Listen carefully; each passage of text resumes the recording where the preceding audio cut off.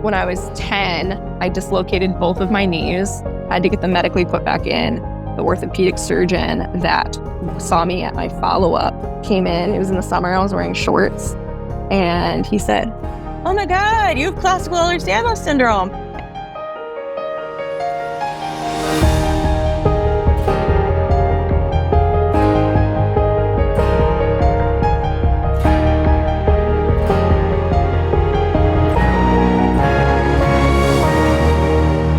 Welcome back to the Bendy Bodies podcast. I'm your host, Dr. Linda Bluestein, the Hypermobility MD, a Mayo Clinic-trained expert in Ehlers-Danlos syndromes, or I should say, an expert in hypermobile Ehlers-Danlos syndrome.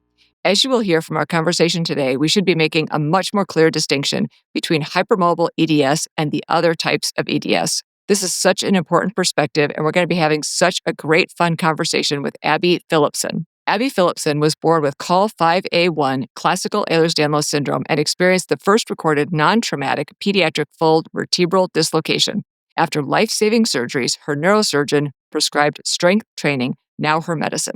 Once barred from most physical activity due to extreme fragility, Abbey turned her experience into purpose. Today, she's the head strength coach for Paralympic and Adaptive Sports at the University of Michigan and founder of the Collagen Advocacy Network, supporting those with rare and ultra-rare types of EDS. As awareness grows, so many people are feeling overlooked, and that's exactly why we have Abbey here on Bendy Bodies today. No matter where you are on the spectrum of joint hypermobility, if you have a diagnosis of hypermobile EDS or a diagnosis of one of the more rare types, this conversation is for you.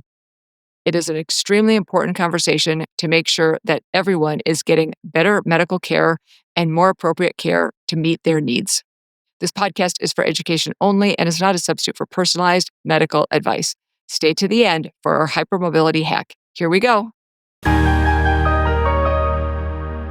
I'm super excited to tell you about the Bendy Bodies Boutique. I am so proud of our fierce styles and flexible designs. These are created by hypermobile artists for hypermobile shoppers. There are so many fun items from clothing, accessories, home goods, and my favorite are the bags. I especially love the Weekender tote with one of the EDS Tough designs. Whether you're shopping for yourself or someone you love, there's so many options to choose from. A portion of the proceeds goes to support EDS nonprofit organizations. For more information, please visit bendybodiesboutique.com. Well, Abbey, I am so happy that you're here. Welcome to Bendy Bodies. Thank you so much. This is just so exciting. I think if you've been in the EDS community even for a second, you know about Bendy Bodies. So I'm very excited to be here, and thank you for having me. Of course, of course. You gave such a powerful presentation at the UVA Research Symposium where you made a really strong and compelling argument, but also I think a little unexpected about grouping rare, ultra-rare, and hypermobile types under the same broad banner may actually harm all patients with EDS. And I thought this was really just such an excellent and important conversation. I want to talk about that. I want to talk about your advocacy work through Collagen Advocacy Network, your diagnostic journey and the diagnostic journey of other people who are truly zebras among zebras, your work in strength and conditioning, and what you hope clinicians, researchers, advocates, and patients better understand moving forward. That's a very ambitious agenda for about an hour-long podcast conversation. We'll see how much we get through. We might have to do a part 2. We'll see. I think we might be able to tackle it all. Some of these might just weave together really nicely. So we'll see. Mission accepted. I like it. That's perfect. So let's start with your presentation because that really took the audience's breath away. I wasn't in the room, but I know about it, and it was just like so compelling. Can you walk us through the highlights of that argument? Yeah, absolutely. So first of all, I want to say even being on this podcast shows that the community is ready for difficult conversations. I think it's been the past few years where there's almost been a feeling of a politicized nature among the EDS patient community. And I think truly that is a response of all of us not receiving what we need in various ways, right? I said at the symposium, we are all cogs on the same broken axle. And so though our needs may look different and our challenges within the system have looked different, we truly are responding, this sort of sense of politicized nature of the community. We are responding to a system that has largely failed a lot of patients, whether you have a rare, ultra rare, or you have hypermobile type. And so really my mission at the symposium was to say, hey, we've got a group of patients within our own patient community, within the EDS community, that if you do the math on the prevalence figures, put aside, they always say 90% to about 10%. If you do the math on the prevalence figures, it's much less than that. It looks somewhere between 1 and 3% of the EDS patient community combined lives with a rare and ultra rare type. And so just by way of the prevalence figures, we've got a community that isn't very often going to have a seat at the table. And as Laura Bloom had mentioned, I really shockingly have been the first really loud advocate for rare type advocacy. And so if someone was going to give me the opportunity to share the perspective of that 1 to 3%, I was going to give it my all in case it never happens again. So it was meant to turn heads. It was meant to potentially be controversial or unexpected, but to spark really, really necessary conversation, which I'm excited to continue that conversation today. But just to highlight that there are oftentimes within this community, big decisions that affect care, that affect patients, that decide where research and funding is going to go to, those decisions are largely made without patients in the room. Those conversations are happening oftentimes in the absence of any patient, but by way of the prevalence, again, almost always leaves the perspective of people with rare and ultra rare types completely out of those decisions and those conversations. So generally speaking, it's been the last few years where we've had heightened awareness of EDS. And while that has been absolutely amazing and exactly what this community deserves, that awareness has misconstrued the other 12 or 13 types of Ehlers-Danlos syndrome to make us actually feel more misunderstood than we've ever felt within the community, right? It wasn't great prior to kind of social media awareness of EDS, but for us, it's actually gotten a little bit worse for many of us in terms of feeling understood, both in the patient community and in the medical sphere. So that was kind of the goal of speaking on that. And I want to apologize because when I heard your presentation, I immediately thought, I have not done a good job of clarifying when I'm talking about hypermobile EDS and other types of EDS. And I definitely consider myself a specialist and an expert in hypermobile EDS, not in rare types of EDS. I'm not a geneticist. I don't see people usually with the other types. I see people with hypermobile EDS and I see people with HSD. But I realized when I heard you talking that I do not do a good enough job of being clear about that and being specific about that. So I appreciate this opportunity to have this conversation also because it is so important. And the relationship between hypermobile EDS and the rare types is an important one. And I know that you've talked about, should they not even be grouped together anymore? What are your thoughts on all of that?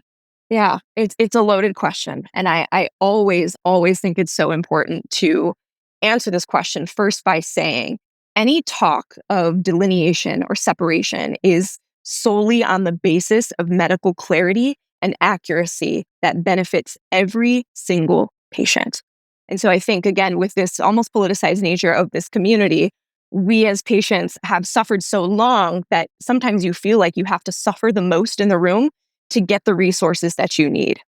And I think that's where that comes from. People get upset with people trying to, state that their disability makes them suffer. And I think as a community, we all need to agree to squash that type of mentality of, trying to rank sufferings within the types or within people within the same type. Because at the end of the day, we are never going to have a scientific measure of suffering. We will never know another individual's experience within your own diagnosis, within another type, within the same type. We're never going to be in anybody's body but our own. And so playing that suffering Olympics game is a moot point. And it's not a point that I hope kind of trickles into any part of this conversation. Or if you're listening to this podcast at home and you're thinking, I'm going to be speaking about my feelings on the separation, and you think that has anything to do with, I feel like we deserve more because we suffer more. No. I have been very fortunate within my own diagnosis to be, other than the things that come with classical type, be very healthy. I'm very privileged in that way. And so I don't want that to be a part of any part of what I say today. So generally speaking, want to be very clear also that I don't speak for all people living with a rare type, right? We're going to hear a lot today, rare types. And it's important to remember that that's 13 different types of Ehlers-Danlos syndromes as well. And so the goal in kind of speaking about that today is to speak on behalf of the people that I've had the pleasure of listening to within the rare and ultra rare community, and feedback that we've gotten from clinicians and researchers as well. So to kind of rip the Band-Aid off, most people with rare and ultra rare forms of Ehlers-Danlos syndrome have sort of stopped using the term Ehlers-Danlos syndrome when they're seeking medical care. The reason for this is largely because, again, just by way of the prevalence figures, we've got a pretty common, probably common condition with conditions that are less than 1 in 1 million often.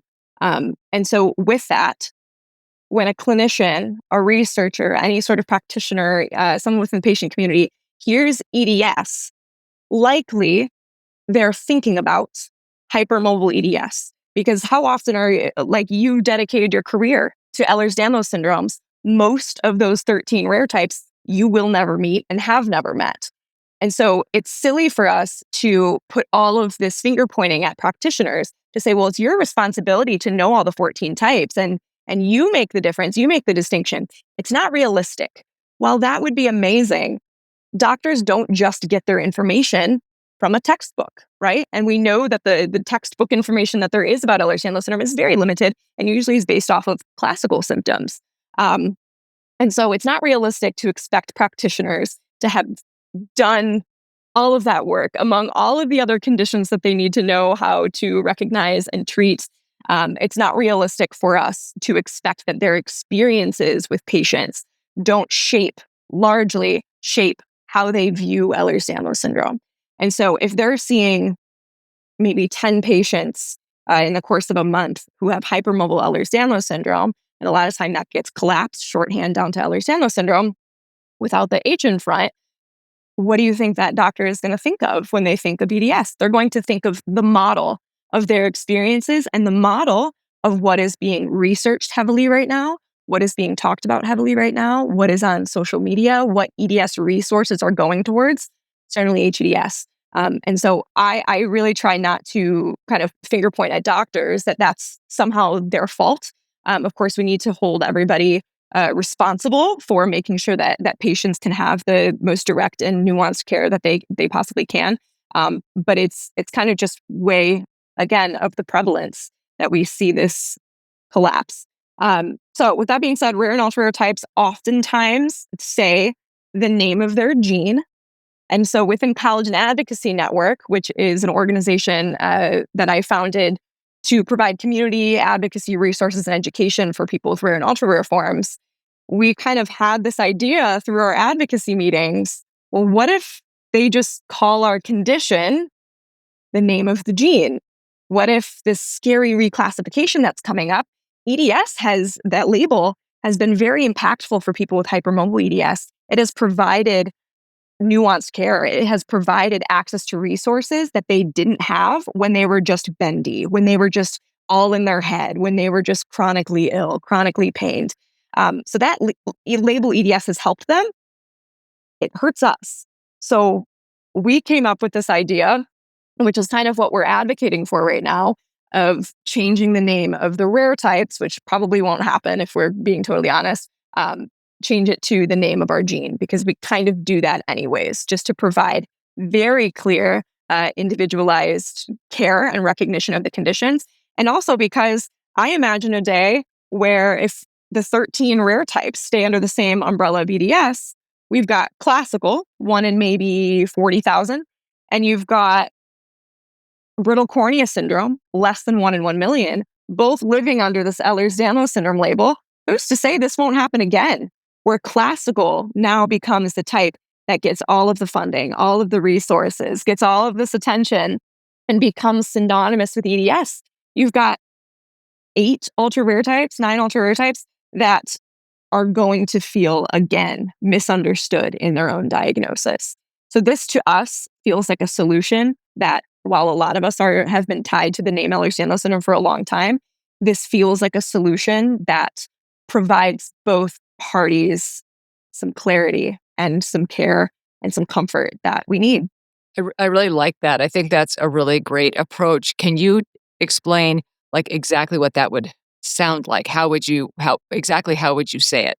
For me personally, I have 2 pathogenic deletions in my COL5A1 gene. And so with that, when I'm usually presenting my my pathology to new practitioners, I say I have 2 deletions, pathogenic mutations in my COL5A1 gene. Or I'll say I have a connective tissue disorder, I have a collagen disorder, COL5A1 disorder.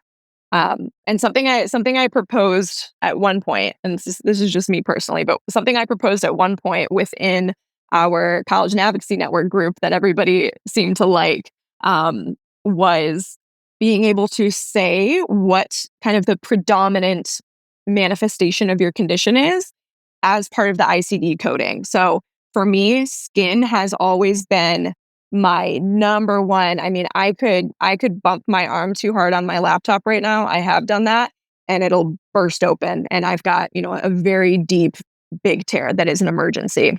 So skin for me has always been the one since the day I was born that has been my biggest manifestation, my most harmful manifestation. I would love to say COL5A1 disorder with skin manifestation or predominantly skin manifestation versus I have a friend with COL5A1 pathogenic mutation who, while they have the same skin, they've had pretty significant cardiovascular events that need the most monitoring. So that would be kind of a little bit different of a presentation as me, COL5A1 disorder with cardiovascular manifestation. So allowing that nuance, not everybody loves this. This, again, I'm speaking for, we've got 140 members. So I can speak for them. I can't speak for, the other thousands of people that live with a rare type. But this is what we've conjured up as a group. And it has no merit. I'm no scientist. I'm no doctor. I'm not on the Road to 2026 project. Okay. But this is what's been thrown around. Well, can I tell you why I'm smiling? Because there are the craziest ICD-10 codes. I've thought about doing like a Substack article about the most bizarre, stupid ICD-10 codes.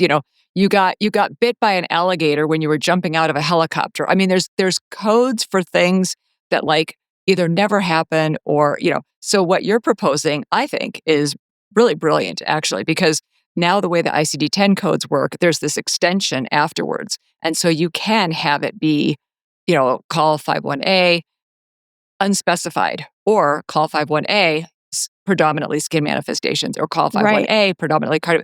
That is a little totally, tag.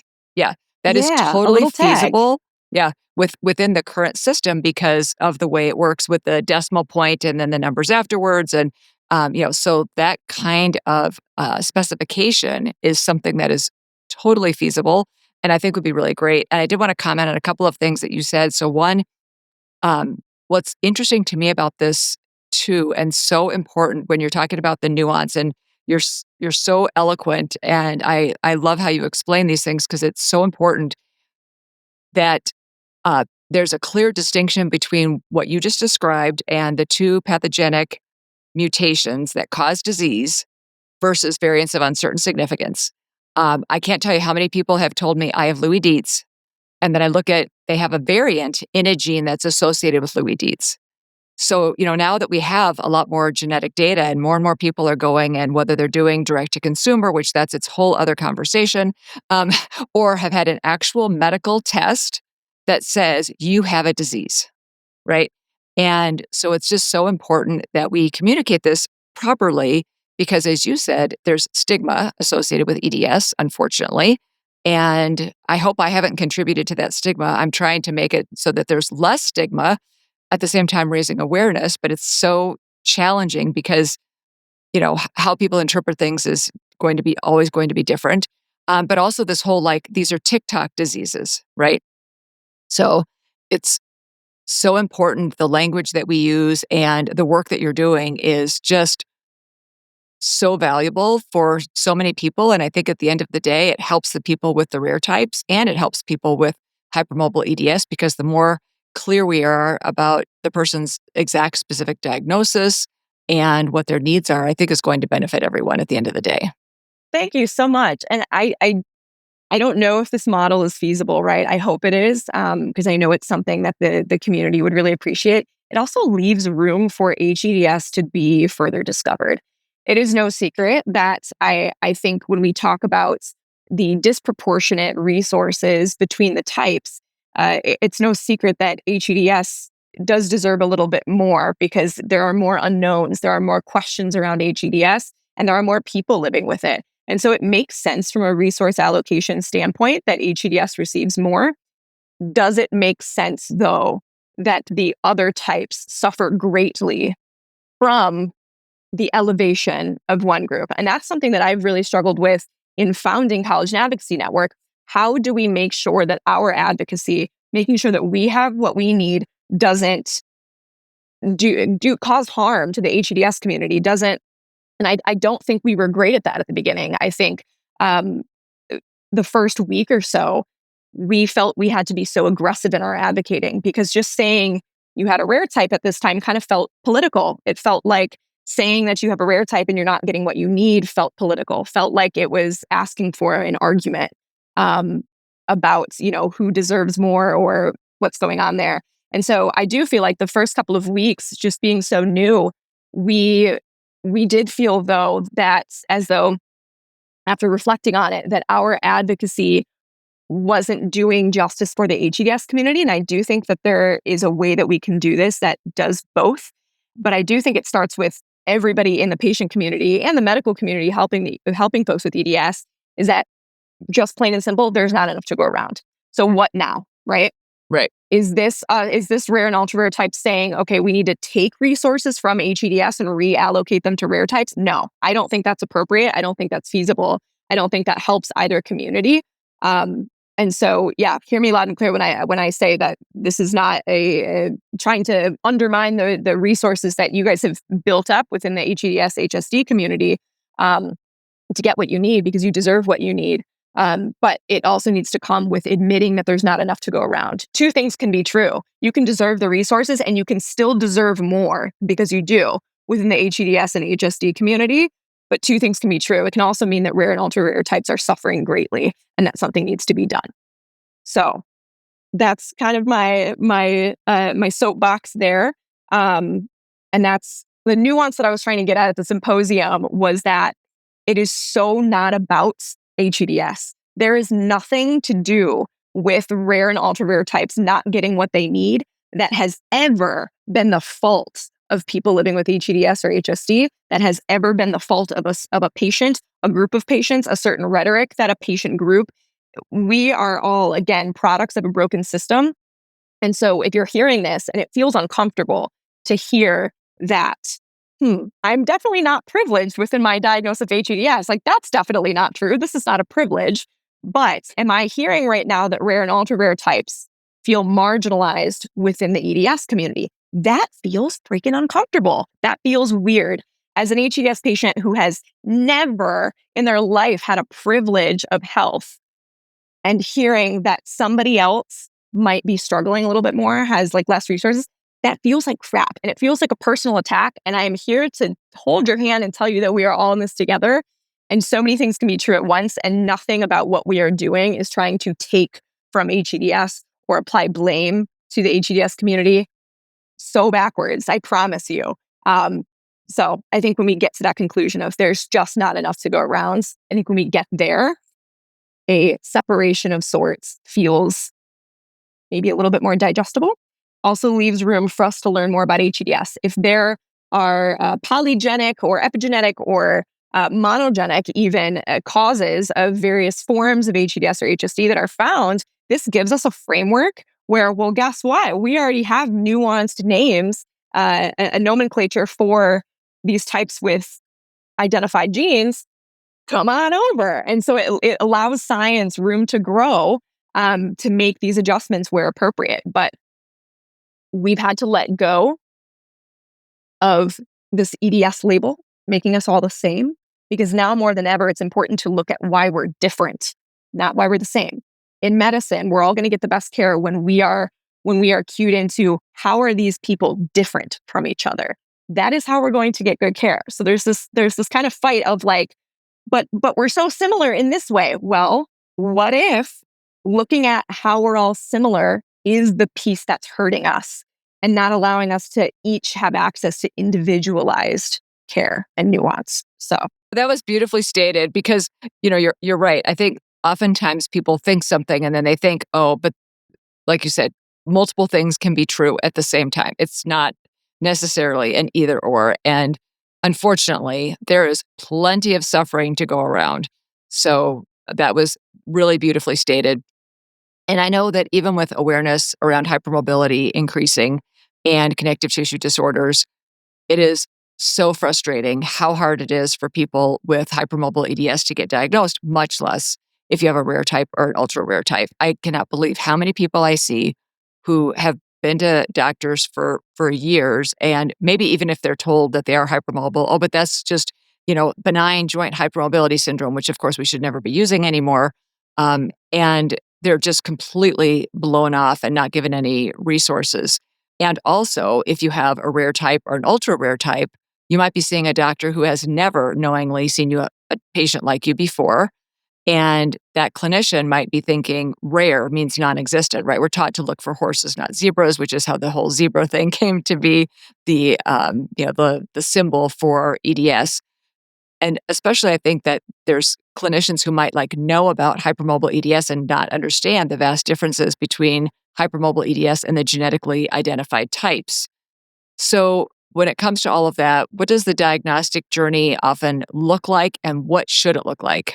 So I always start this one off with addressing kind of a myth that we've been hearing a lot lately. And again, I think social media is great, but I think social media has been the biggest downfall to the EDS community. I think it's more harmful than we all realize with just misinformation and hateful rhetoric and all the things. But I digress. One myth that I think is really, really important is that we always talk about EDS as an invisible illness. And if you are always expecting it to be invisible, you're going to miss it, even if it is staring at you in the face. Classical is so darn visible. The people I've met with classical and the people I've connected with online, which is now thankfully dozens, and I just thank you, social media, for that, to be honest, our legs are carbon copies of each other. Our hands are carbon copies of each other.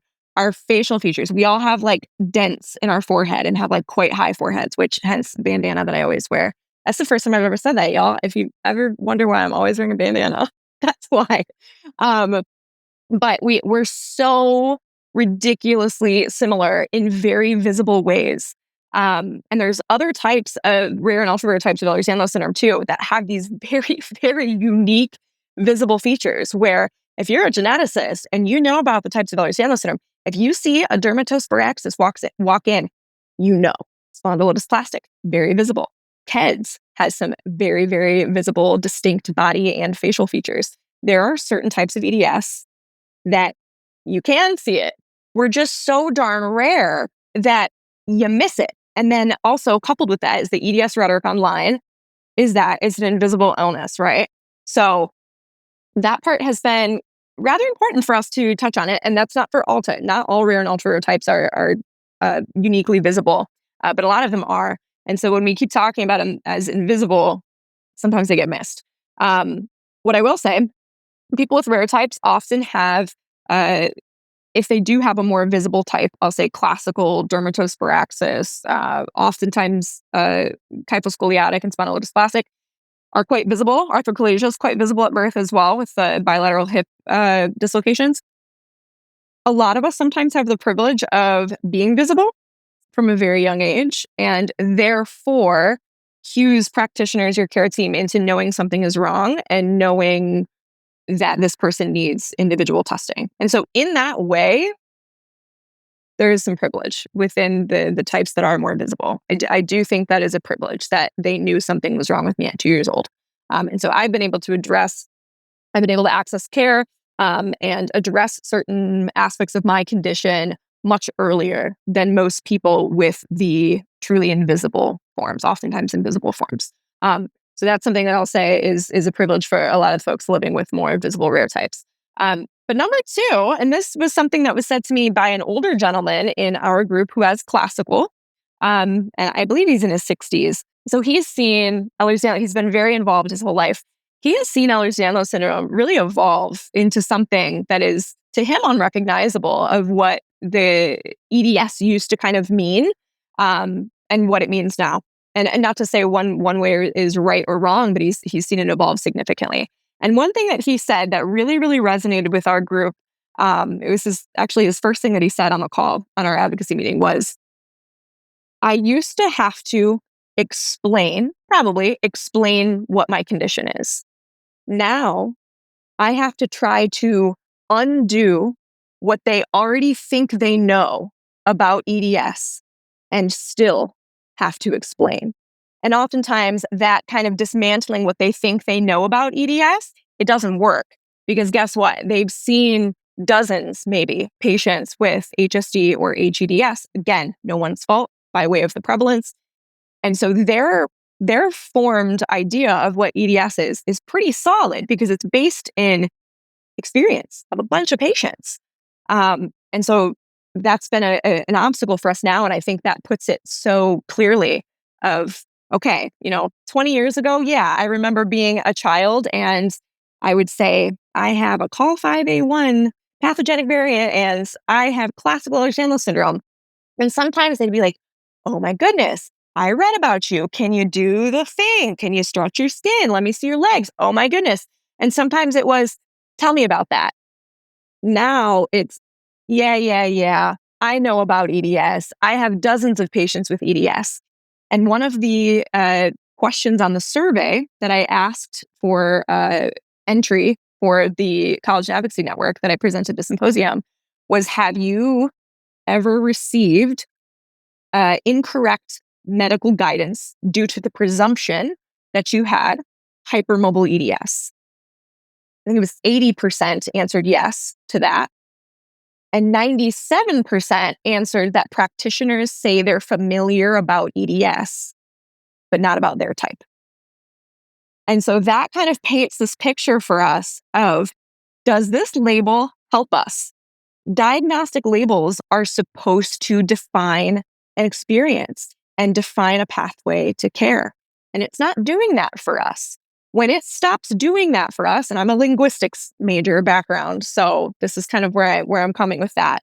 But when a label stops working, stops defining what it's supposed to define, the label is non-functional. It doesn't work anymore. And so I think we need to be looking at it less so. I mean, obviously, we need to be making decisions within these upcoming changes that are happening. We need to be making decisions, of course, with a scientific basis, but we're forgetting that these are real patients with real lived experience. And I'm worried that the societal aspect, the real patient experience aspect, is getting missed when all we're doing is following research studies, right? We forget that we're real. And so if you talk to the rare community, if you sat them at tables, most of them, not everybody, most of them would say that that label doesn't work for me anymore.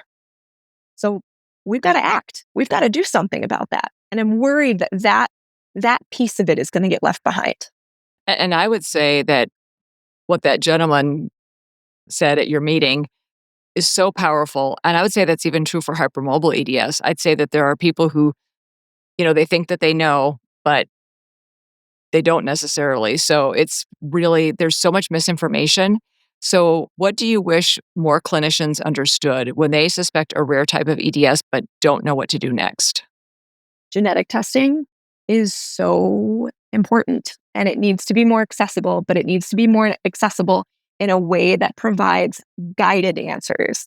Direct to consumer is so dangerous. I have seen just real stories of people thinking they're going to die because they had a VUS on blah, blah, blah, blah, blah, because there wasn't someone to sit there with them and digest it with them in a way that facilitates understanding, facilitates care. And so obviously genetics are so overworked, and I try to be cautious. And I know folks within the EDS community, almost all of us have had issues accessing genetic testing in the last decade or so. But there are about 1,200 geneticists. That's the same number that there were in the 80s. So it's not a field that is growing. They simply don't have the capacity, especially if we are talking about a population that might be as common as 1 in 500. They don't have the capacity for it. And so while that sucks and it needs to change, it's not genetics' fault. It's not geneticists' fault. So again, I digress. But genetic testing is so important. I'm going to share a story of my really, really good friend who was actually the first person that I met with classical, who received a clinical diagnosis of classical that looks very much like mine when he was really young. He's been coming to my disability fitness classes for the last few years now. He started a family, and I encouraged him at that point. He was very comfortable in his clinical diagnosis. I begged him for about a year to get genetic testing, keep pushing for genetic testing, because you're starting a family. Classical is autosomal dominant. You need to know as much as you can so you can be the best supporter that you can be. He finally caved. He has kyphoscoliotic Ehlers-Danlos syndrome. He does not have classical. Really? It came back with 2 PLOD1 pathogenic variants. Wow. And so for him, it was like, looks like a duck, talks like a duck. It's probably a duck, because he had kyphoscoliosis that he got surgically fused at 17 years old. He has eye muscle weakness. He has hypotonia that he was born with. He's got some cardiovascular things. And so that was a case of the red flags were all missed. That should never, ever happen. He lived 35 years of his life with a classical Ehlers-Danlos syndrome diagnosis, and he was missed. He was missed because someone felt comfortable. Someone said, it slapped a label on and called it a day. And these are real people. These are real people. And so something like that is so clear with these red flags, that should never happen. If we are educated thoroughly about all of the types of EDS, that type of story won't happen again. There is no reason that there should be 20-year diagnostic gaps for people with hypermobile EDS, for people with the rare and ultra-rare forms. There's no reason that should be happening. That's a really excellent illustration of why genetic testing is so important. We're going to take a quick break, and when we come back, we are going to be talking more with Abbey about her amazing strength and conditioning work and some myths and misconceptions about the rare types of EDS. We're going to take a quick break, and we'll be right back. Summer is winding down, but it is still hot. This is the time of year when everybody deserves better sleep, and Cozy Earth bedding is built for exactly that. The bamboo sheet set, bamboo comforter, and bamboo duvet cover are all made from viscose from bamboo. I love the softness, and it holds up through the late, hot nights of summer and also going into the cooler, hopefully soon, ones coming in the fall. With everything shifting this time of year, schedules, routines, the energy in the house, it is so nice to have one thing that stays consistent. And speaking of cool, I am staying cool right now wearing my Cozy Earth all-day tee. Cozy Earth stands behind everything they make with a 10-year warranty on all bedding and a 100-night sleep trial. If it's not the best sleep of your life, send it back. Everything else is getting back on track. Your sleep should too. Head to CozyEarth.com and use my code Bendy for an exclusive 20% off. That's code Bendy for an exclusive 20% off. And if you see a post-purchase survey, mention that you heard about Cozy Earth right here. So we're back with Abbey Phillipson and having such an important conversation. One thing that you mentioned before the break that I wanted to circle back to, because I think it's so important. You were talking about a gentleman who had genetic testing, and it was done way, way later in life than it should have been. So he had the wrong diagnosis for like 35 years. And you also said something about direct-to-consumer testing. I think this is such an important thing that you pointed out, because like with a lot of other services nowadays, they see people with hypermobile EDS probably specifically as, like a gold mine. So they're going after them for genetic testing. I just saw an ad today for a genetic testing company that was like, can you touch your thumb to your wrist? Then you should do our genetic testing. So it's really important for people to understand the limitations of direct-to-consumer testing and the risks that come along with that. Because if you do find out you have a variant of uncertain significance, which we all have, by the way, we all have tons of them, and they'll be in different pathways and things like that. But if you come back with that And like this one person that I saw who thought they had Louis Dietz because they looked at the list of things associated with Louis Dietz and they're like, I have this, I have this, I have this. They had the less specific things, not the more specific things. So, there's confirmation bias in there. And we just have to be really careful about, even though it's so hard to get care, like you said, there's not enough geneticists. Um, Either try to resist the temptation to do the direct-to-consumer testing or make sure that you're really taking it with a grain of salt. Do you agree with that, or do you have different feelings about that? I absolutely agree with that. I think the problem that we all need to be really cautious with is that we're living in a time right now where you can have everything at the touch of a button, right? And so we've kind of lost this component of medicine, even where up and coming practitioners are a little bit uncomfortable saying, I don't know, or saying, I believe you that something is wrong, but I don't think XYZ explains it. Let's figure it out. Right. And so people in that way get very attached to like the first thing that they think could be explaining their problems versus what if that's not right? You didn't solve anything if we stopped at something like I got a whole genome sequencing and it says I'm bad at transporting potassium to my whatever. That must be the reason for all my symptoms. Well, you might miss something if we're taking these results that, to be honest, a VUS means we have no idea. And it also means it's probably benign. There are very many times where they've done more research and they find that, no, this actually is what's causing your symptoms. That's not very common at all. It's not common. So just rip the Band-Aid off. I know that's like a touchy thing, but that is the science. And so people see things like that without the comforts, without the security of an actual genetic counselor to review these results. And it feels so important. It feels so heavy weighing, and it feels like, finally, I know why I've been suffering when maybe nobody else has even said, I believe you that you're suffering, right? And so sometimes this feels like easy, quick access to have that comforting feeling, because going through an undiagnosed journey is really scary. It is so, so scary and so lonely. And so sometimes those quick fixes that we do with everything that we do in our life now are so much about getting it as fast as we can. You are going to potentially miss things about your own health. And you're also, let's say it does pick up something, you need somebody who's studied it their whole life, has dedicated their entire career to it, to help you make sense of that, right? And we lose that piece when we're swabbing our cheek, sending it in the mail, and we get it back 2 weeks later with 1,646 risks detected.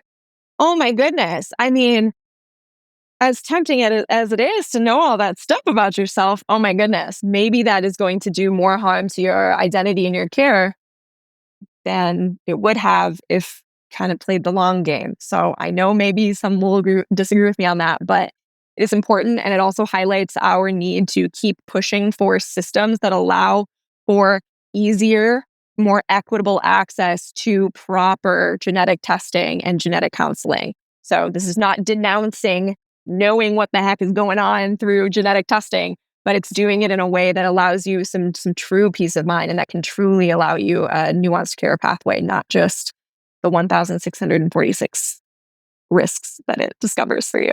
So, And this is making me think about, I'm sure you've heard of Occam's razor, but not everyone's heard about Hickdom's dictum. Basically, you're entitled to as many diseases as you damn well please. So you're exactly right. If we settle on a label too soon, or if we think that label explains everything, then we won't find other things. I was talking to somebody yesterday who has severe pernicious anemia, and they had all the classic signs and symptoms, and this went undiagnosed for many years. And they found me through the Bendy Bodies podcast. I'm not a pernicious anemia expert by any means, but of course I can use AI like the next person, and I have access, because of being a physician, I have access to some really great platforms, which I use quite extensively. And it's important. In her case, I was like, that explains all of this over here, probably. But then you also have all of these other things that are probably unrelated. So while it's nice sometimes to tie things up in a bow and say, oh, it's due to this one thing, also somebody with a rare type of EDS can get appendicitis. They can get cholecystitis. Like, don't just think that, oh, everything is due to that one condition. And also, your symptoms are real, whether somebody else validates them or not. And I find this to be so challenging. And I don't know if it's something about a certain percentage of people in the world, myself included, who are HSPs, highly sensitive people. And so therefore, we like other people to validate our experiences and we don't tend to trust ourselves. So we end up gaslighting ourselves if other people don't validate us or believe us. But why do you think that that is such a common thing, that even people who have all these symptoms and are suffering, that they are doubting themselves when other people don't validate them? Oh my goodness, what a loaded question, to be honest, because I know so many people who would consider themselves an HSP. You said, um, yeah. I mean, believe you me, I mean, a diagnostic label is important. It can do so much good. It can really make you feel at home, really, in your own body. And I know that maybe sounds a little silly, but I mean, that's why we name things, right? So to develop a relationship with that thing, you name things, we label things, um, and I really do think a diagnosis is similar in that way. It helps you feel at home with what you've been experiencing. It helps you feel at home in your body that has probably felt like a stranger your whole life. And so I think it's very important to receive a proper diagnosis. I will, however, say though, as many people within the HEDS community, we're actually developing an HEDS advisory board right now, which we're like so excited about, just to chat with people with HEDS about things that we do in Collagen Advocacy Network. But what I've heard from a lot of folks within the HEDS community is that they wholeheartedly believe that there are multiple conditions living under the name HEDS, right? And so maybe that label isn't doing much of a service for the HES community as well. And there are probably a ton of things that various individuals with different types of Ehlers-Danlos syndrome experience that have nothing to do with their EDS, but you have that label and you kind of stop. And it stops doctors too, right? Doctors be like, oh, that's just your EDS. Like, oh, it's got your EDS. And it stops us. It stops us in our track. And although it feels validating, and it makes sense because you've made comfort, made peace with that home that label gave you. Well, because while it may feel good, again, you might be missing something. So I hear you. A diagnostic label is important, but it's okay for another one to maybe better fit later on.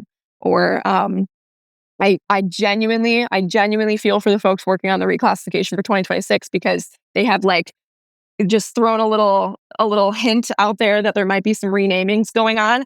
And I feel for people so much. But what if there is a name that is going to make more sense, that is going to kind of elicit a different response from doctors, a more fitting response? So I'm trying to be as hopeful as I can with whatever renamings might happen within all of the types, because I'm really hoping that at-home feeling in your diagnosis, I think it can be in part facilitated by a name that encompasses more of what we're experiencing. Because what the heck does classical mean? What does that mean? That means it was the classic case. It was what they first discovered in the early 1900s, and they slapped it in classical. And I've met people with classical like, and guess what? It's not like classical. I've never met someone with classical like that has classical like symptoms. So I'm really hoping that I'm hopeful that instead of tearing the community to shreds and making us all have identity crises, that renamings potentially allow us to feel that at home feeling. Yeah, yeah. And when I wrote my first paper about hypermobile EDS or hypermobility and pain management for hypermobility, it took me such a long time. I was so confused by all the different terms. And I wrote it. It was published in July of 2017. So it was like I was working on it while they were, getting ready to introduce the reclassification. And I was like, I'm seeing all these numbers that, of course, that nosology changes over time, but I didn't realize like how huge this would turn out to be. And it is so, so important, like you said, because the more we can accurately describe things, the better care everyone is going to get. And when I've published either a podcast episode or a post about the road to 2026, it clearly hits people in an emotional place, and I understand because it took you so long to get your diagnosis of hypermobile EDS, but you said it so eloquently that there might be a better label. There might be labels that are going to be more helpful for your doctors and make it so that you can get better care. So I think that's a really good way to think about that. And I want to transition into a topic that I want to make sure we have time to cover, which is your incredible strength and conditioning work. I know that, well, in some ways you have this connective tissue fragility. You also are about as strong and fierce as they come. And you are not only a strength and conditioning coach, but you are a para powerlifting coach. What do you want this community to know about either your story and or the importance of movement and strength? Okay, so I'm gonna give you a little nugget here of my kind of diagnostic journey, my history with classical Ehlers-Danlos syndrome, because it directly relates to what I'm doing now. Um, but like I said, I was diagnosed at 2 formally, but I was on the day I was born, I was given the diagnostic label floppy baby syndrome on the day that I was born. They knew that I was mushy, bendy, all the things. So I left the hospital with the diagnosis of floppy baby syndrome, and I didn't grow out of that. I walked very, very late. I avoided crawling because it was bruising my knees, and they didn't really think anything of it, but I would scooch around the floor because I was getting bruised all over my shins and knees. So I just avoided it. So I never really crawled. My knees would wobble back and forth when I would try to stand up. I was getting bad bruises. I was getting massive, massive open wounds that had the stereotypical rare type EDS boomerang shape where there's a dead flap and then the rest is just stretched open. They grow because the skin is so stretchy. So after you get the wound, they start stretching. So when I was 2, I fell off the kitchen counter, hit my head, and it burst open into a gaping hole. And my mom says she watched it grow on the way to the hospital. And so she knew at that moment, because she had a towel on it, and every time she would take it off to check, it had gotten bigger. And there was just, integrity of the skin was just completely gone. So at the hospital, they tried to stitch it back together. The stitches ripped right through the skin, which is very typical of a lot of the rare types. Stitches ripped right through the skin, and they referred us to get some further testing because something was clearly wrong. They thought that I had a myopathy, a muscular dystrophy of some sort that was causing me to fall and be uncoordinated, which was the reason for the bruises and the lacerations instead of they existed together. So they explored the hypotonia first with not much luck. And then they did a biopsy, and they kind of it was a muscle biopsy to confirm muscular dystrophy. And they kind of accidentally found that I had what they coined at the time congenital fibril type disproportion, which is, if you break it down, that is, you have weird fibers from birth. You were born with weird fibers, which now, it coins you into a connective tissue disorder. But so that's the diagnosis I lived with. It was one of the first things that I learned how to say because my mom made sure that I knew how to say it. But then I tried to keep up in sports, didn't work out too well, sat out of PE class, didn't get to do any sports. I was really bummed about that. But when I was 10, I dislocated both of my knees, had to get them medically put back in. The orthopedic surgeon that saw me at my follow-up came in. It was in the summer. I was wearing shorts. And he said, "Oh my God, you have classical Ehlers-Danlos syndrome." And my mom hadn't even heard it. He hadn't even looked at my chart yet. So we were like, what do you mean? Wait, what is that? And sure enough, he brings in all the doctors and interns that were working that day. And he's like, "Do the thing." And he's telling me to bend my thumb backwards and stretch on my skin and showing my scars and whatever. And we were like, I mean, yeah, I can do all that, but that's not what it's called. But then he gave us a pamphlet. It was classical EDS. He said, "You should go get genetic testing, but I'm so sure this is what you have. that like, I'll put you in touch with a geneticist. You can go from there. You go to the geneticist. He also says, I don't even need to do genetic testing. I'm so sure that this is what you have, but you can get it if you want. I opted no because I was scared of needles and had a billion. So went through my life. I had all the really bad dislocations, a couple organ prolapses, and then I was the first ever pediatric case of a non-traumatic spondyloptosis, which is a 100% dislocation of a vertebrae. In one study of all of the spondyloptosis that have happened, 65% of them died because it was a traumatic accident that caused it. So traumatic that they died. So mine just happened over time when I was like 15, 16 years old. Neurosurgeon fixed me up, and my mom, after recovering a long time in the hospital, my mom asked if I should do physical therapy, and he said, no, get her into strength training. Oh, did he really? He was a really quirky guy, very quirky, unconventional guy. Yeah, he said, get her into strength training, because he had done a case study on the surgery that I had, and so studied a lot on classical Ehlers-Danlos syndrome for the case study. So he was like, yeah, her muscles are unaffected. Just get her strong. So I started like a year later, and I became obsessed with it. And it was something that I felt really good at. And it didn't feel good for like 6 months. It was horrible, but he told me to keep going. And sure enough, I was getting like full dislocations, not just like things popping, subluxating, like medically put back in dislocations, probably once a month-ish. I have not had one since about 6 months after I started strength training. Not a single one. I've had like small subluxations. I have not had one single full dislocation. So I became obsessed with it, and I realized that should have been doing it all along. I should have been provided pathways to be doing it all along, and I wasn't. And instead, I was sitting out of gym class. And so I was studying at the University of Michigan at the time.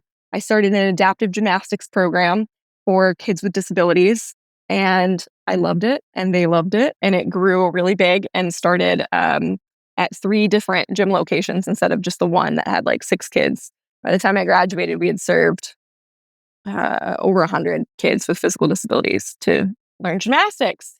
So that just really painted a picture for me while I was studying the importance of physical activity and health and fitness for people with disabilities, and it shouldn't be on a list of things that are exclusive to people without disabilities. Everybody should have access.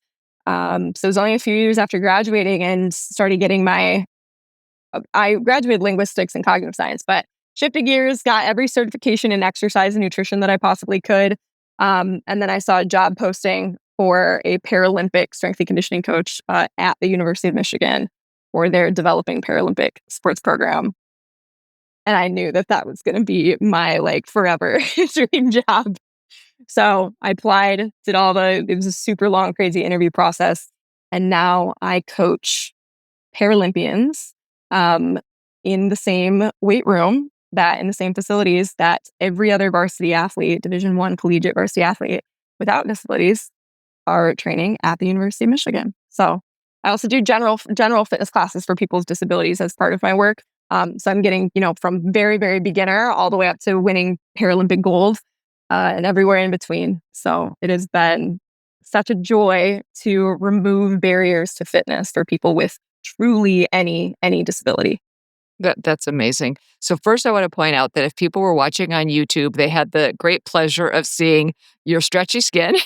And also, if I was looking correctly, instead of flexing your wrist to show us the thumb to the forearm, you actually were extending your wrist, and you could do it in that direction as well. Yes, you just did it again. Okay. Yeah. So don't try that at home. Kids. Don't try this at home, kids. If it's not something that you can like easily do, because you could hurt yourself. Don't figure it out while listening to a podcast about it. That is a silly idea. Right. Absolutely. So before we go on to the myths and misconceptions, I just have one other question. So for people who are having difficulty finding their sweet spot of exercise, they hurt if they move, they hurt if they don't move, they are having trouble figuring that out. Like, how do I move more in a way that is most productive for me? Like you said, in the beginning, it was like you were still dislocating all these joints. Do you have any advice to people about how they can get from, where they are now to being in a stronger place? Mhm. I'll keep this so quick because I realize my answers are quite extensive. Um, but first and foremost, I think that it is unfortunate that within the Ehlers-Danlos syndrome community and within the disability community as a whole, it is unfortunate that fitness is always prescribed to you. And it takes away the fact that fitness is supposed to be fun and enjoyable and an outlet and a hobby. And when you have a disability, it is often told that you have to do it as a form of treatment. And then therefore, what you don't want to do that. I mean, we're all kids at heart. You don't want to do what doctor told you to do or what mom told you to do or whatever, right? So it sucks the fun. It sucks, I think, the essence out of fitness and sports when it's only being used as a treatment tool. So that's a little note for practitioners there, where stop prescribing it. Like that is, we don't want another medicine. We want to be able to enjoy it. So it doesn't have to be prescriptive for it to be beneficial. And so if you like to play basketball, well, do strength and conditioning that allows you to be more fit for the thing that you love to do. It doesn't have to just be you're going to the gym or you're doing your PT exercises. It can be to get you doing something that you really, really love, or maybe strength and conditioning is what you really, really love. So that's number one. Number two, and this is just my little exercise science breakdown for you. You have a feedback loop that your tendons, which for ours are really, really, really stretchy and loose, you have a feedback loop in your body that basically when your tendon stretches, it sends a signal to your nervous system, your central nervous system, and then back down to the tendon to shorten in response to a stretch. So think about your Achilles is a decent example. You can feel your Achilles stretching when you dorsiflex your foot, when you flex your foot, and you can feel it shortening when you plantar flex it, you go the other way.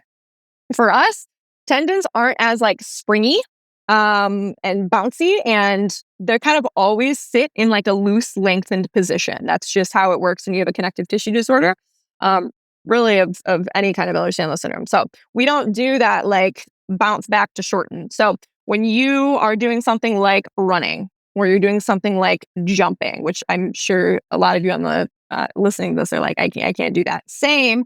That is because what being good or feeling healthy at running or stepping off of a stair or whatever, kind of like being able to brace your fall and shorten or stretch those tendons, we can't do that. So we're not getting that. We might be getting the message to shorten, but they just don't shorten those tendons. We just keep stretching. So let's think about a squat. You go down into a squat. You have the going down portion, and then you have the going up portion. Where we have the most difficult time is right in between. You get to the bottom and you reverse it to come back up.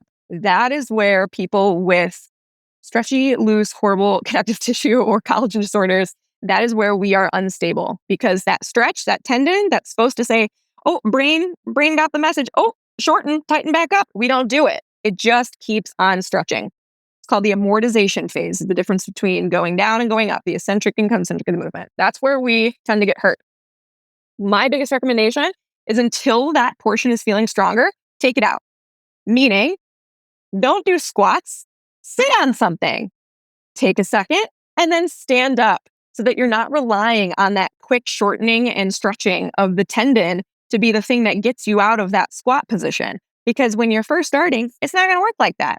Same thing with, let's say, a chest press. You're laying on your back and you're pressing something, you're coming down, and that reverse spot on your chest where you're going to push that barbell back up or those dumbbells back up, that is where we tend to feel unstable because we are fully stretched and our brain can tell us to shorten, but we're just not going to shorten. So take that part out, rest it on your chest, even let go of if you need to, rest it on a table, rest it on some spotter arms, take that part out, take a moment, and then push the weight back up. Eventually, you'll be able to slowly add that amortization phase back in, but usually you can't to start. So that was like my saving grace, is splitting your movement into two different movements instead of trying to go through and get that bouncing effect, because you won't get it.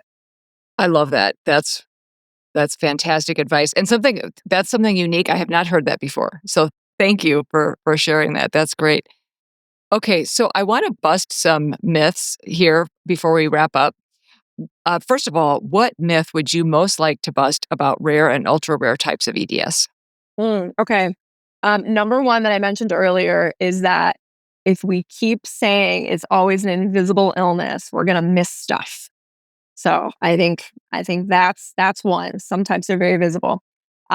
Number two, I have found that many people within the rare and ultra rare community don't love using chronically ill or chronic illness because they don't feel sick. They've been born with it. And some people with HEDS as well have been born with it. Been the same exact version of the makeup of their genes since the day they were born. It doesn't feel sick to them. It feels like them. And so sometimes it can feel a little off. It can feel a little disconnected to the identity of people with rare and ultra rare types, or any type that has been born with it, has had the same symptoms since birth. Can feel a little bit off. We don't feel sick. We feel like us. And so it can feel a little alienating sometimes to hear that always be the word that's used. Oh, what's a good number 3? I think this one, it goes without saying for most people, but as much as we say rare and ultra rare types, we are not very similar to each other either. So I think we hear like HUDS and HSD versus rare and ultra rare types, and I think we should really squash that rhetoric. And I lump rare and ultra rare together because there's 13 of us with horribly hard to pronounce names, but also because my topic today is really about kind of the erasure or the misconceptions around people with rare and ultra rare types, and that's something that we all collectively experience. But when we are among ourselves, when we're in a space that's just for rare and ultra rare folks, we specify what type we're talking about every time. Or if we're asking for advice for something, it's like, hey, fellow arthrochalasia friends, what do you do when blank? Because we all know that we are very different from each other too. But right now, we're kind of going for the low-hanging fruit. The low-hanging fruit is that there's definitely a disparity between kind of the resources and discourse that HEDS is getting versus the rare and ultra rare types. Again, I think the awareness is great for HEDS. Not saying it's not. Rare and ultra rare types, we lump ourselves together because it's something that we're all experiencing, and we're going for that low-hanging fruit of, hey, we exist, right? Once the world knows, hey, there are 13, 14 types that we need to delineate, we are not going to all call ourselves the rare types anymore. We are going to split up. We're going for low-hanging fruit right now. So don't get it twisted. We all have very, very different experiences within the rare and ultra rare types, symptomatically, societally, kind of like social construct wise. We're all experiencing something very similar, but our symptoms, don't get it twisted, very different, very different. And is there a different umbrella term that we should be using instead for I'll just say the non-HEDS types? Oh boy. That's a great question that I don't have an answer for you, and I'm excited to bring that up to some of my group members later. I think really what we're going for. I know EDS Society and some of the research labs have started saying the genetically defined types or the monogenic types, meaning like one gene causes XYZ. So that can sometimes be helpful, but I'm hesitant because that's not always received well from the HEDS, HSD community, because in some cases, like TNXV haploinsufficiency or KLK15, there are some maybe genetic causes. And so I don't know if that's the best phrasing. I don't know, because it doesn't fit for everybody. So that's why I think we just need to all have our own. We need to have our own name, because this is where it gets tricky, right? I'm like, that doesn't fit for everybody. Well, there's probably a nomenclature that does fit everybody. I don't have the answers. I don't know who has them. I don't know if anybody will, but good question. Yeah, I don't know. Yeah, I know some I've seen before. I don't know if you've seen this. The abbreviation NV, lowercase n, lowercase v, EDS, like meaning non-vascular EDS. So I don't know if it could be NH, non-hypermobile EDS, as just for now, kind of just a thought. Interesting. I just asked somebody what PWEDS meant, because I was like, why does this keep coming up in my comments? And it's person with EDS, which I'm clearly behind because I was like, what type is PWEDS? I've never heard of that type. I had never heard of that either. So that's so interesting. That is so interesting. I'm concerned with non-vascular only because within the vascular EDS community, a lot of people in the vascular EDS community, and I'm sure this is so niche that we are not even hearing this. Again, low-hanging fruits versus the higher ones. very concerned within that community about spontaneous hearing loss.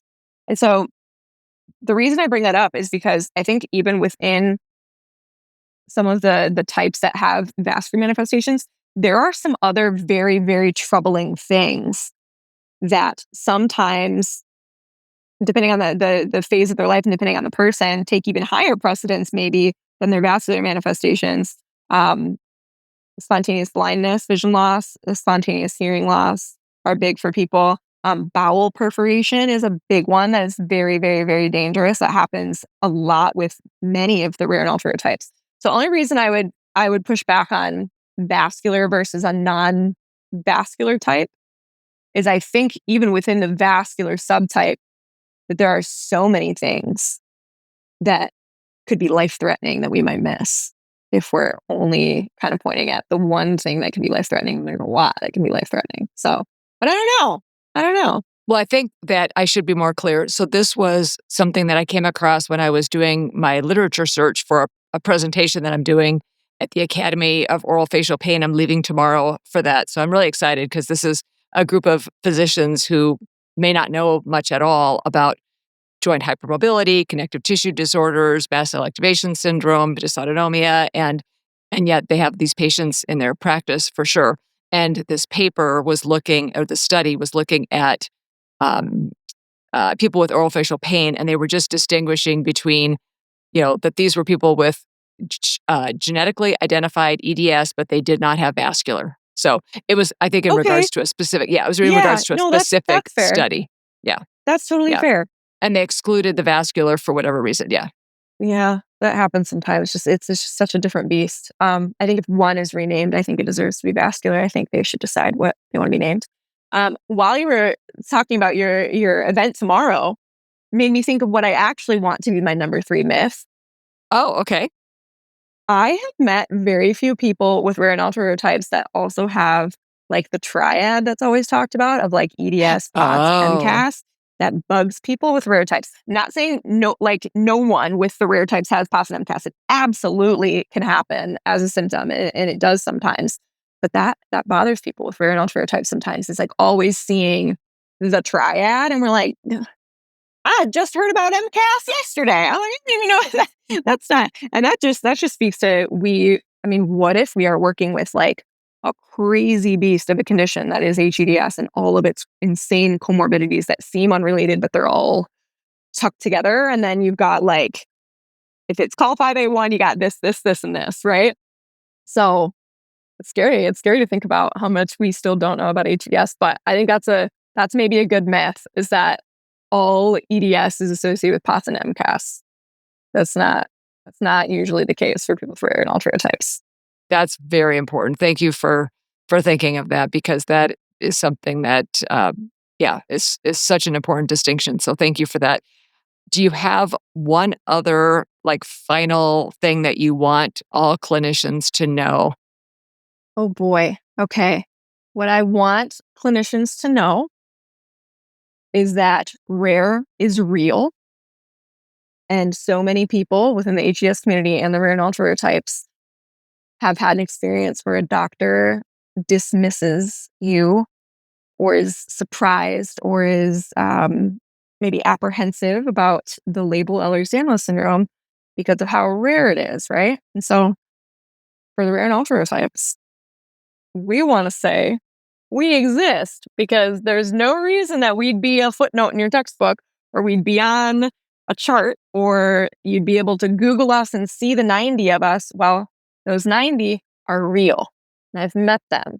So you may go your whole career without meeting them, but we are rare and we are real. We make up those numbers in the textbook. So that's what I want to tell practitioners. Okay, that's so well said and so important because, yeah, the whole idea of, well, if it's rare, then I'm just never going to see it. If we're never going to see it if we don't look for it, right? And then what's your final takeaway for patients? Keep hope, stay curious, stay apprehensive as this year of change is coming up. Try to take the fear and discomfort that you may be feeling in conversations like I'm having today and turn that into curiosity, turn it into productive conversation.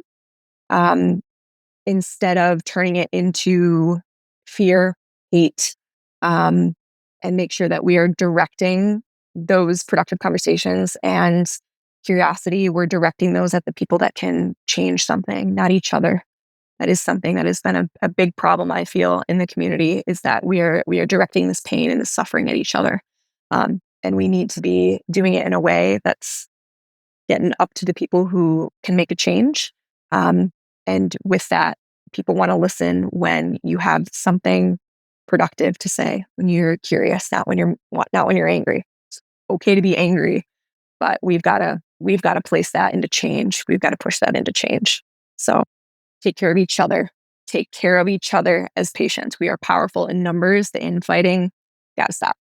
Love the solution focus. That's great. And as you may know, we end every episode with a hypermobility hack. Do you happen to have a hack to share with us?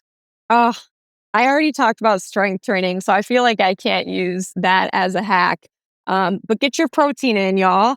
And I think the best way to do that, I hate cottage cheese, but I blend cottage cheese and I pour it into my pasta sauces. I'll mix it in with my scrambled eggs. Get your protein, y'all. Your body loves protein. Your body is so good at using protein to rebuild tissues that are inflamed. So cottage cheese is my hypermobility hack. I love that hack because, that's something that hopefully most people can afford. Not everybody, I'm sure, but hopefully most people can afford to buy generic cottage cheese. And if they can't blend it, at least, like you said, they can maybe find some ways of concealing it and different things. I don't like it either. So I love that hack because I don't eat meat.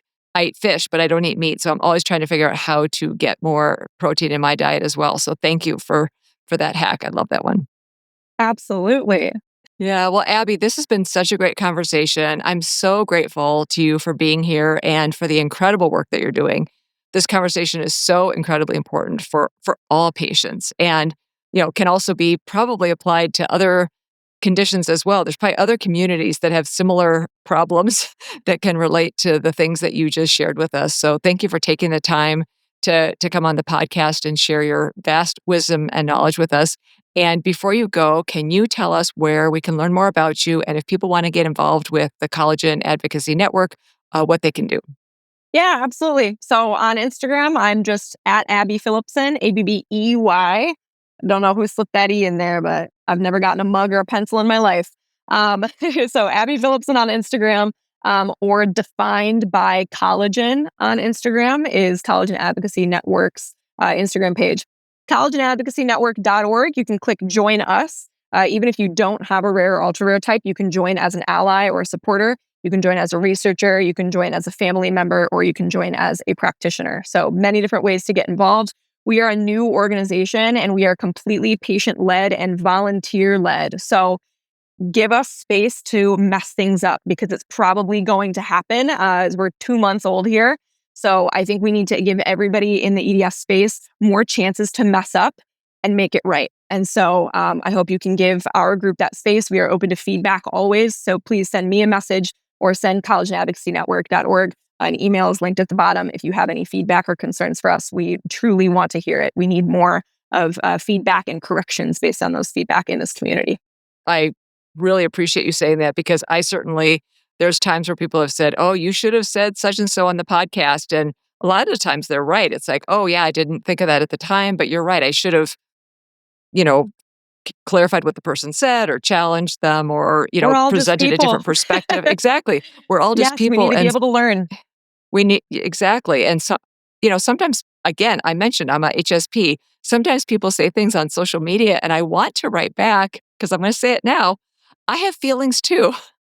Yep. And it's like, I'm just trying to do the best that I can, and we all are. So I love that, that you shared that about your organization. And I think that I already joined, but if not, I will go join right now because I love the work that you're doing. It's just really fabulous and so very well appreciated and so needed. So thank you so much again for taking the time to chat with me and come on the Bendy Bodies podcast. Thank you so much for having me. I am looking forward to a strong word, but listening to myself, I guess. But thanks for having us and giving us the platform to speak as the little 3%. The very important 3%. As you said, Thank you. These are the real people. These are people. It doesn't matter if there's 90. If it's you, it just matters if there's one. Exactly. Thank you. So thank you again. Thank you so much for listening to Bendy Bodies. We really appreciate your support. It really helps the podcast when you like, subscribe, and comment on YouTube, and follow, rate, and review on all audio platforms. This helps us reach so many more people and spread the information to everyone. Thank you so much again, and enjoy the rest of the episode. Thank you for listening to this week's episode of the Bendy Bodies podcast. If you'd like to go deeper, I share additional education, clinical insights, and resources in my newsletter, The Bendy Bulletin, which you can find on Substack at hypermobilitymd.substack.com. You can also help us spread the word about connective tissue disorders by leaving a review, sharing this episode, or sending it to someone who needs it. These small actions truly make a difference in raising awareness about these conditions that are still widely misunderstood. And don't forget, full video episodes are available every week on YouTube at Bendy Bodies Podcast. As many of you know, my passion is helping people better understand and navigate symptomatic joint hypermobility. In addition to my clinical and educational work, I offer one-on-one coaching, professional mentorship for healthcare professionals, and expert witness services. If you'd like to learn more, please visit the services page at hypermobilitymd.com. You can find me, Dr. Linda Bluestein, on Instagram, Facebook, TikTok, X, and LinkedIn, all at Hypermobility MD. As part of our collaboration with the UVA Health, EDS, and Hypermobility Disorders Center, we also want to share a few helpful resources. For questions or appointment inquiries, you can contact them at ruvaedscenter@uvahealth.org. That's the letter R, UVA EDS Center at uvahealth.org, or call 434-243-8200. Our incredible production team is Human Content. You can find them on TikTok and Instagram at Human Content Pods. We love bringing on guests with unique perspectives to share. However, these unscripted discussions do not necessarily reflect my views or opinions. Furthermore, perspectives expressed within Bendy Bodies media, including this podcast, do not reflect the views or opinions held by Human Content, Inc. Although we may share healthcare perspectives on this podcast, no statements made on Bendy Bodies should be considered medical advice. Listening to or watching this podcast does not constitute a doctor-patient relationship. Please always consult a qualified healthcare provider regarding your own care. For information about the Bendy Bodies program disclaimer and ethics policy, submission verification and licensing terms, HIPAA release terms, or to get in touch with us, please visit bendybodiespodcast.com. Bendy Bodies Podcast is a Human Content production. Thank you for being a part of our community, and we'll catch you next time on the Bendy Bodies Podcast.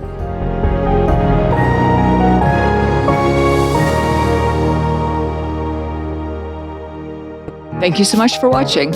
If you enjoyed this video, give it a thumbs up and leave a comment below. I love getting your feedback. Make sure to hit that subscribe button and ring the bell so you will never miss an update.